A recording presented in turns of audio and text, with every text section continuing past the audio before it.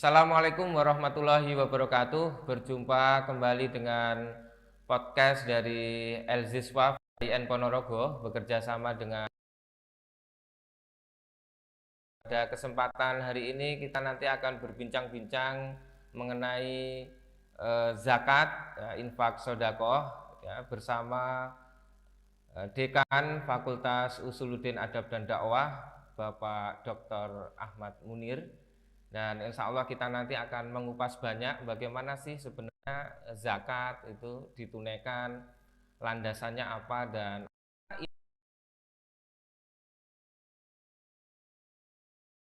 pas eh, perbedaan di antara ketiganya atau persamaan, dan sebagai sebuah sivitas akademika bagaimana kita memberikan pemahaman utamanya terkait dengan zakat infak ini kepada masyarakat. Selamat sore Pak Dr. Ahmad Munir. Selamat sore. Nggih, sehat ya Bapak? Alhamdulillah. Alhamdulillah. Aktivitasnya apa aja ini Pak? Ya biasa, yang jelas adalah kalau siang ini tidak makan, tidak minum. Iya. Makanya nggak disediakan minuman. Iya. Puasa gitu ya. Oke, begini Pak. Jadi nanti pada topik kali ini kita akan ngobrol terkait dengan apa namanya zakat gitu ya. Kita langsung saja. Sebenarnya syariat zakat itu landasan di dalam Quran ataupun agama itu seperti apa Pak Munir? Terima kasih. Bismillahirrahmanirrahim. Berbicara masalah zakat, jadi kalau Al-Quran itu menyampaikan sesuatu itu biasanya berangkat dari sebuah proses. Kalau saya analogkan, Allah ketika mau menyampaikan apapun itu sangat-sangat lapis, ibarat sebagai pohon, maka pohonnya dulu baru nanti akan ada cabang, ada ranting, dan mesti nanti akan ada ujung-ujungnya adalah ada buahnya. Buahnya. Yeah. Itu kalau kita ilustrasikan sebagai apa Allah menyampaikan ajaran apapun. Demikian juga zakat, mungkin perintah secara umum zakat itu selalu diiringkan dengan sholat. Pokoknya adalah aqimus sholat wa atuz zakat. Jadi ketika sholat itu disampaikan dengan kata iqamah, ya, ketika zakat disampaikan dengan kata-kata kita. Keduanya memiliki katakanlah punya stressing masing-masing. Sebenarnya kata sholat itu kan bisa disampaikan dengan kata solu saja kan bisa, tapi di sana ada alat bantu kata iqamah. Bagaimana juga zakat, kalau zakat itu maknanya katakanlah makna dasarnya adalah bersihkan atau menumbuhkan, kan bisa menggunakan kata itu sendiri, mutasi dari kata zakat. Tapi Al-Quran menggunakan media perintah itu kata-kata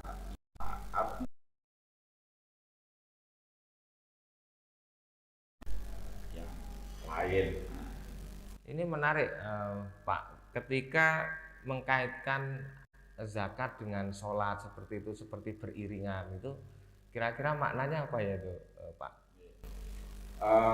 Kalau kita lihat Muhammad Abduh saja ketika dia bermakna zakat dikaitkan dengan sholat, memang sholat dua ibadah ini tidak bisa dipisahkan, Mungkin sholat dari aspek hubungan individu manusia kepada sang khaliknya.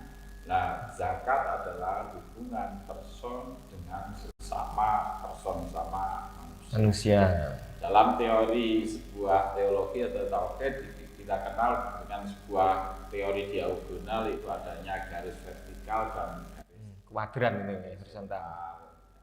Yang vertikal katakanlah kesalehan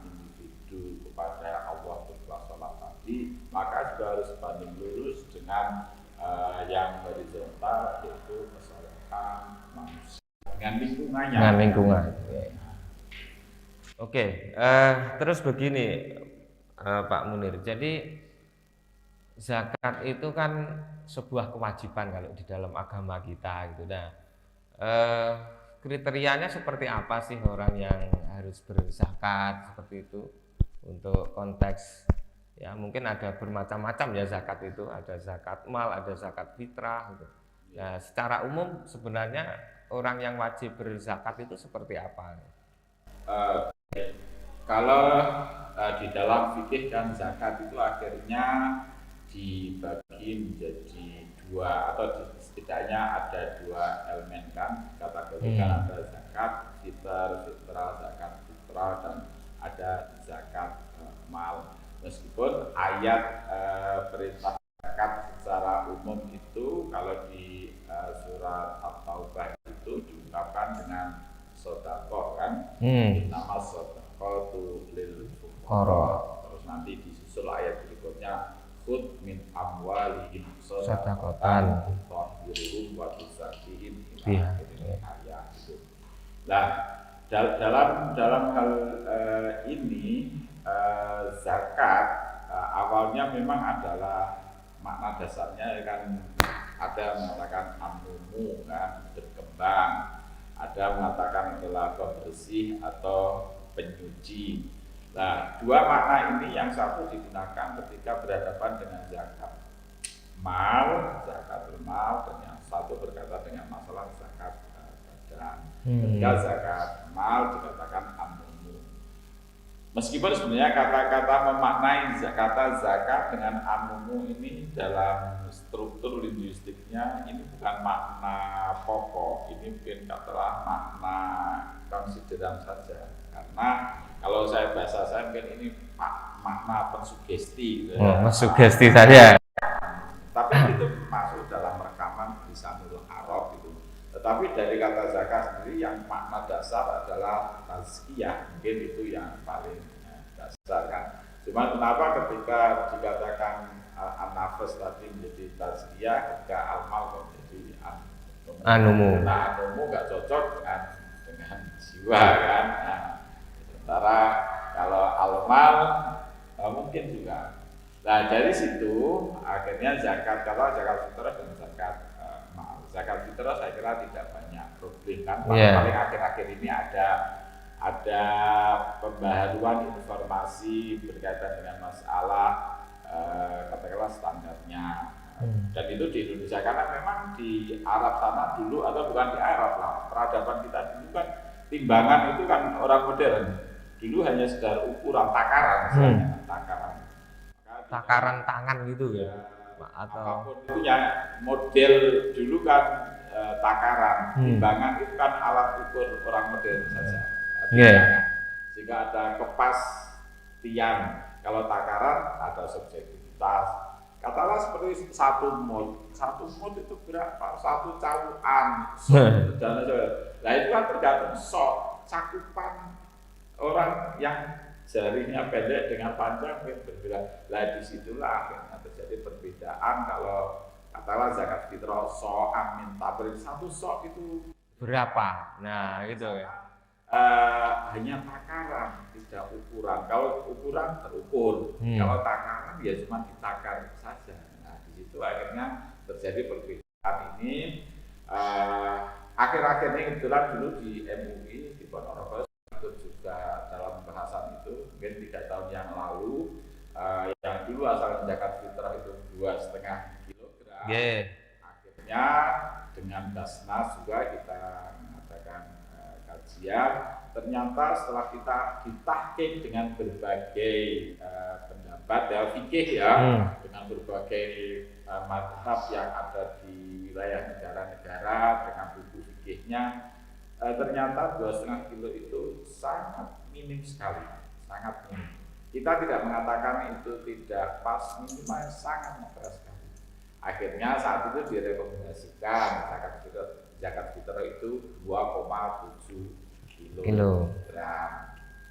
Nah, ketika 2,7 kilogram sekian setengah, akhirnya ada orang usul kok tanggung, kenapa nggak dibulatkan menjadi 3 kilo?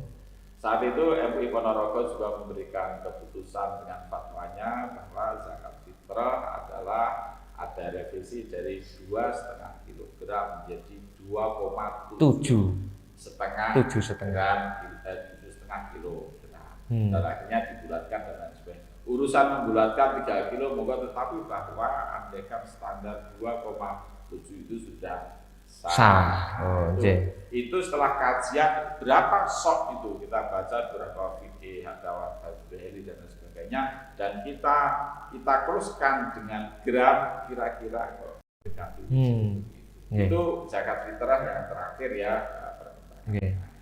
Kalau yang zakat mal tadi gimana Pak Munir? Nah, yang zakat mal, saya mohon maaf mungkin saya punya cara pandang kan, kalau di Indonesia ini kan zakat mal itu selalu cara pendekatannya menggunakan kias ya. Kalau saya mungkin saya lebih menggunakan nalar, baik nalar bayani, terus nanti nalar burhani dan mungkin ke nalar irfani. Nalar bayani artinya bahwa urusan apapun ya kita harus dipastikan ada nas, ada teks yang bisa kita tunjukkan.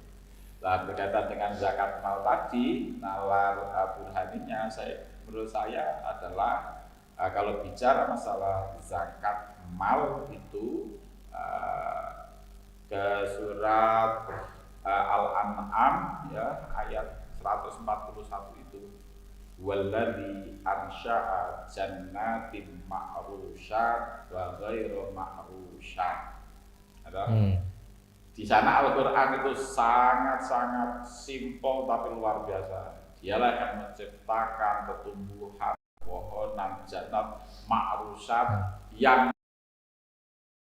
wa ghairu ma'rusyat, atau yang yang namanya tumbuhan benarnya ada dua jenis. Kalau enggak buahnya atas ya ke bawah dalam tanah itu. Maka di situ Al-Qur'an tidak menyebut jenisnya, memang ma'rusat ghairu ma'rusat ya kan.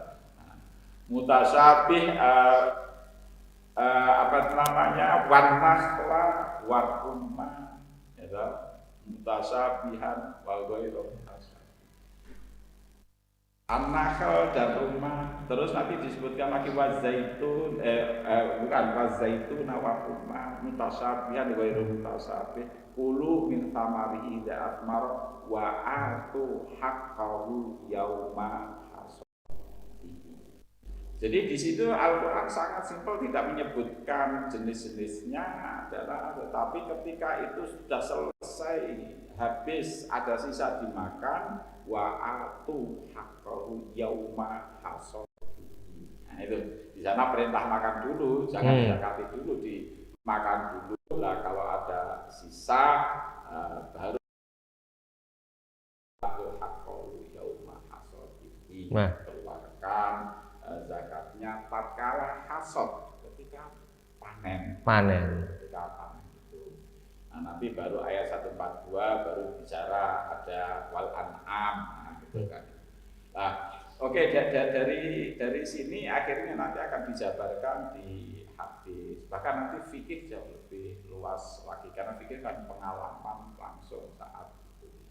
Nah, dari ayat ini jauh lebih komprehensif kalau kita bicara masalah zakat mal ya. Jadi meskipun ada hadis yang agak ekstrim, tapi hadis ini tentunya kita memahami ada konteksnya. Kan ada hadis la ta'khudhu as-shadaqat illa min hadhihi salat. Ada hadis. Jangan diambil zakatnya kecuali 3 hal. Yaitu mungkin ada gandum, ada kurma, terus ada yang satu lagi buah apa itu. Itu tentunya kita pahami konteks itu konteks geografis, saat itu dan lain sebagainya. Nah, berkembang itunya di Indonesia beras itu berdasarkan gitu ya Pak. Ya. Kalau saya tidak sakit ya memang Al-Qur'an tapi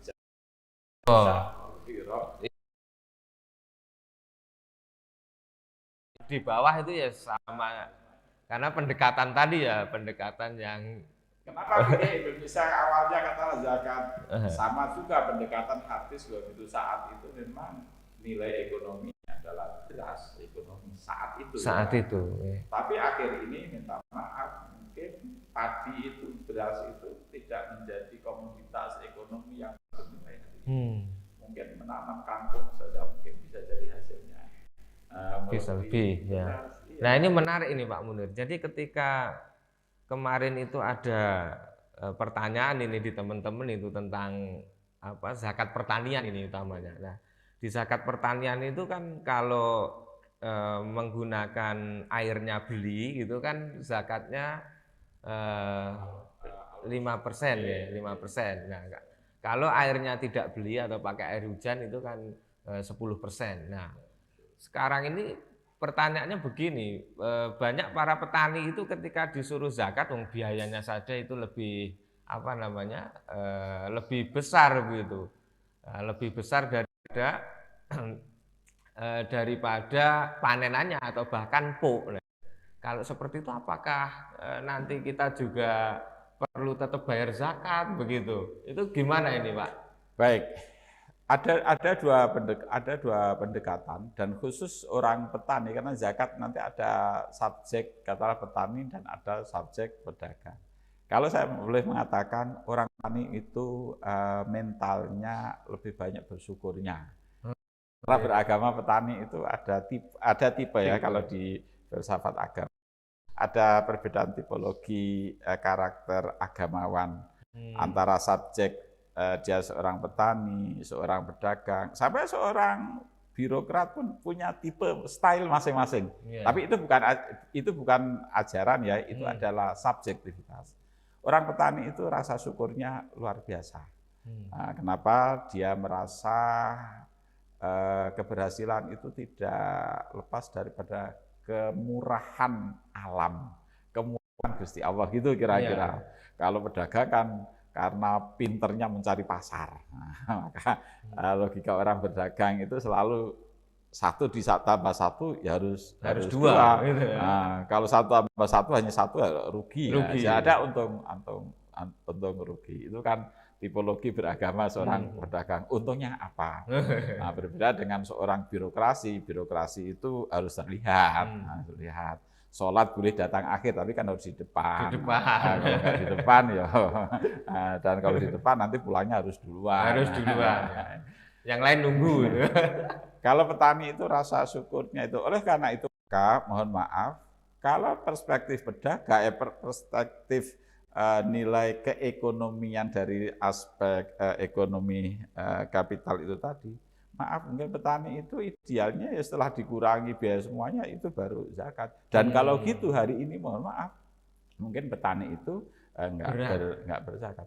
Kembali lagi petani mungkin yang di ekspos atau yang direkam oleh nas, oleh teks hadis atau fikih zaman itu mungkin juga berbeda dengan petani sekarang. Orang dulu nanam padi, maaf, padi dilempar begitu saja mungkin tumbuh tanpa harus ada pestisida, tanpa harus ada apapun, ya toh. Nah, mungkin saat itu alam masih bersahabat kan, sehingga pertanian belum banyak biaya kan. Nah, akhir-akhir ini mohon maaf, pertanian itu nyaris di atas biaya kan. Betul. Nah, kita nanam tanpa pupuk, tanpa pestisida. Aduh, lebih baik bijinya tadi dimasak duluan aja daripada enggak itu. Itu semuanya sama-sama tahu. Nah, tapi sekali lagi orang petani masih ngugemi fikih bahwasanya ya hasil itu ketika pakai minimalnya mereka berani beristihad kalau pakai diesel 5%. Tapi masih itu. Andaikan dikalkulasikan pertanian seperti pedagang, khususnya padi, maaf mungkin ya enggak itu modalnya bibitnya berapa, pupuknya berapa, pestisidanya berapa, tenaganya berapa, di jumlah semuanya, ya mungkin enggak sampai. Iya. Tetapi seorang petani kita salut betul, mereka tetap juga tanpa mempertimbangkan. Itu. Kalau pedagang kan jelas kalau ada untung setelah perhitungan apa namanya neracanya terlihat laba baru keluar zakat. Ya, betul. Kalau nggak terlihat neraca labanya kan nggak berzakat. Oke, anu Pak Munir. Terus untuk tadi sudah disebutkan tentang ada zakat mal, ada zakat pertanian, terus ada zakat fitrah begitu. Nah, kalau terkait masalah haul. Masalah haul. Kalau haul ketika zakat pertanian ya ketika yauma hasodihi itu tadi kan peternakan ya ketika panen. Nah, sekarang yang jadi diskusi bagaimana tentang zakat profesi. Nah, kita ini kan zakat profesi. Zakat profesi itu ada keunikan di Indonesia, fikih Indonesia ini. Satu, ada yang nanti kiasannya dikiaskan pada zakatnya pada emas, ada yang dikiaskan pada zakat perdagangan. Kita dikiaskan zakat perdagangan, lebih menguntungkan. Oh gitu ya. Karena hanya 2,5%. Nampaknya itu yang dipilih. Terus haulnya ya hasotihi, kapan kita dapat penghasilan kita zakati. Apakah harus dikurangi biaya atau ya langsung gitu Pak? Nah, ini pun juga terjadi diskusi juga, apakah dikurangi biaya. Kalau kembali kepada perdagangan, idealnya ya dikurangi modal, kurangi apa.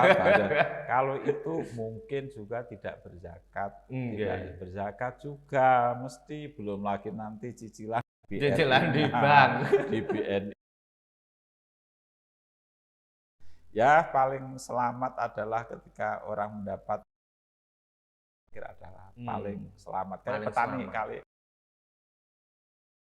tidak bisa menjudgment bahwa harus ini tidak bisa nampaknya hari ini karena memang itu orang modern kompleks itu gitu kompleks betul. Orang modern itu hutang ya banyak macam lah kan. Ada hutang itu invest, lagi invest. Iya, hutang untuk produktif. Invest, iya. Ada memang hutang karena gharomah, ya itu mungkin yang itu kan memang jelas dia mendapatkan kekayaan 10 setiap bulan, kebutuhan keluarganya itu loh sudah 8-9 contohnya real kan, yang jelas ini tidak masuk dalam nisab lah kan. Nah, meskipun ada masalah lagi akhir-akhir ini dari Basnas kalau nggak salah saya, karena kan standarnya nanti kan dikurskan pada emas. Iya, betul. Nah, dikurskan pada emas 80 sekian gram. Nah, itu oke, no problem emasnya. Tapi ketika pada harga emasnya ini menjadi masalah lagi. Kalau harganya dipatok harga tinggi, nyaris orang tidak mencapai standar nisab. Ya, senilai pendapatan 86 gram itu loh. Nah, kan tinggal harga emasnya nanti dibagilah rata-rata 12 bulan kan ketemu berapa. Meskipun itu pun masih dalam fikih sangat detail sekali. Katanya belum zakat, masih titip karena belum 1 tahun kok. Nah, masih nyicil istilahnya gitu. Kan itu fikih sangat detail sekali itu. Nah, untuk beberapa hal itu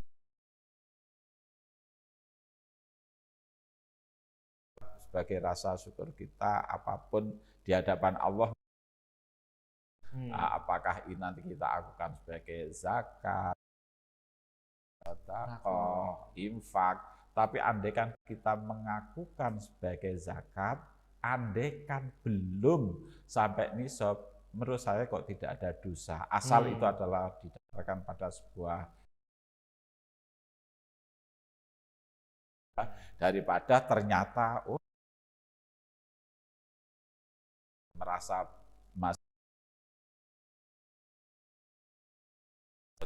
sodako. Menurut saya kok lebih baik itu. Andaikan kita belum sampai nisab, kita zakat, kok nggak ada dosa, nggak ada salah. Asal satu, memang didasarkan pada sebuah kesadaran, keikhlasan. Ya, daripada kita merasa gara-gara standarnya merasa belum, terus tidak, terus standar itu juga sebenarnya adalah sangat subjektif. Banyak faktor yang mengatakan belum sampai gitu.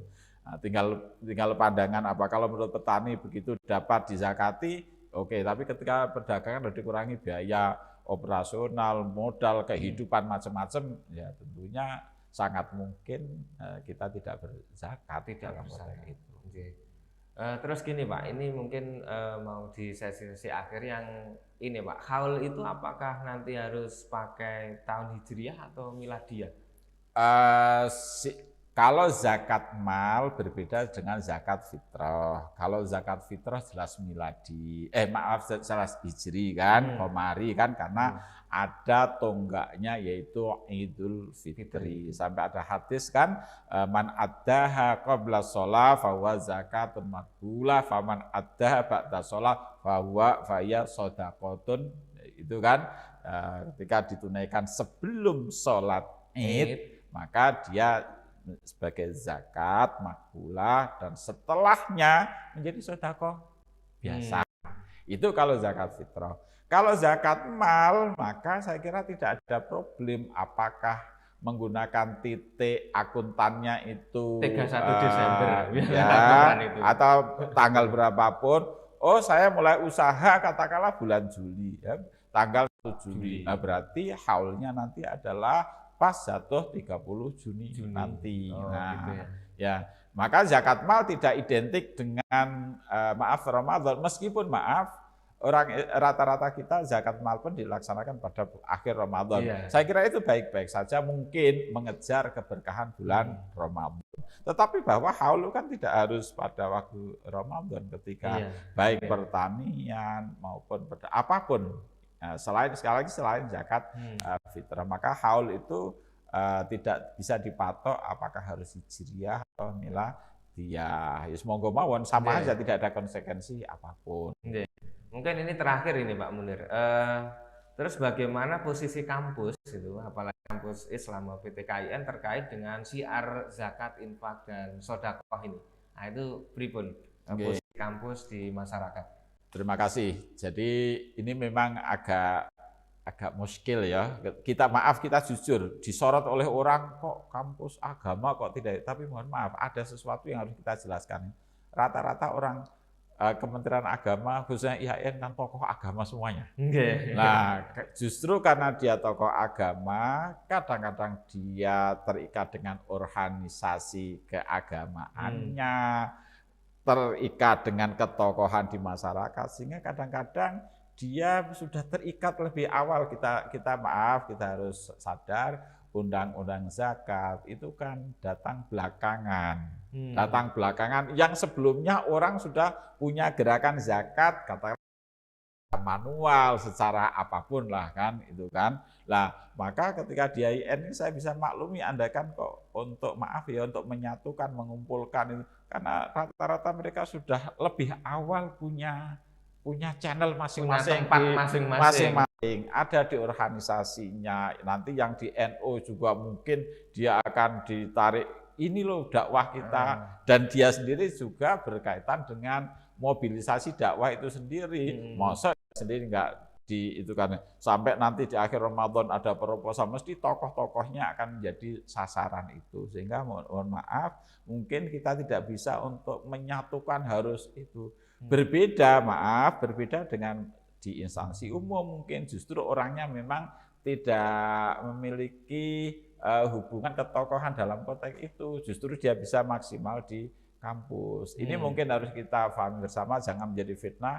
Loh, IAIN kok tidak bisa menjadi contoh mengumpulkan zakat yang itu. Tetapi saya kok yakin bahwa orang IAIN semuanya itu adalah berzakat, bahkan mungkin telah itu, tapi tadi karena ada problem dia di daerahnya masing-masing, sudah di kampungnya menjadi masing, tokoh gitu ya? Jadi tokoh di organisasinya organisasi masing-masing, sehingga iya. mungkin sampai kayak IAIN zakat. Nah, itu mungkin itu.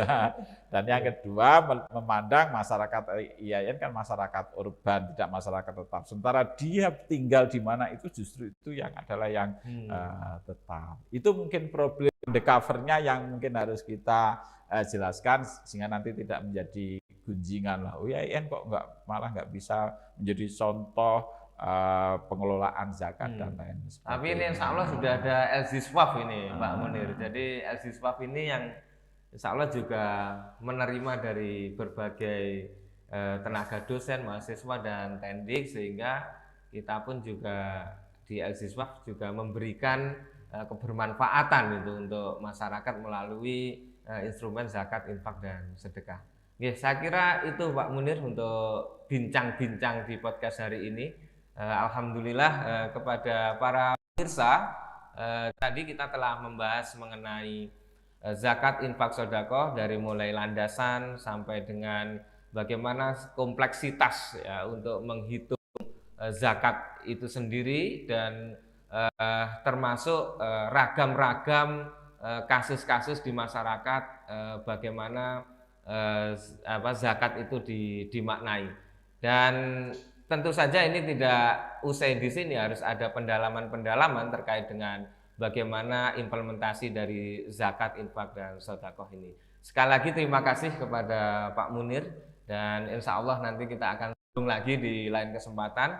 Dan terima kasih kepada pemirsa Al-Ziswaf IAIN Ponorogo, dan insya Allah kita akan bersambung dengan tema-tema berikutnya di Ramadan kali ini. Dan mari kita akhiri dengan bacaan hamdalah. Alhamdulillahirabbil alamin. Assalamualaikum warahmatullahi wabarakatuh. Waalaikumsalam warahmatullahi wabarakatuh.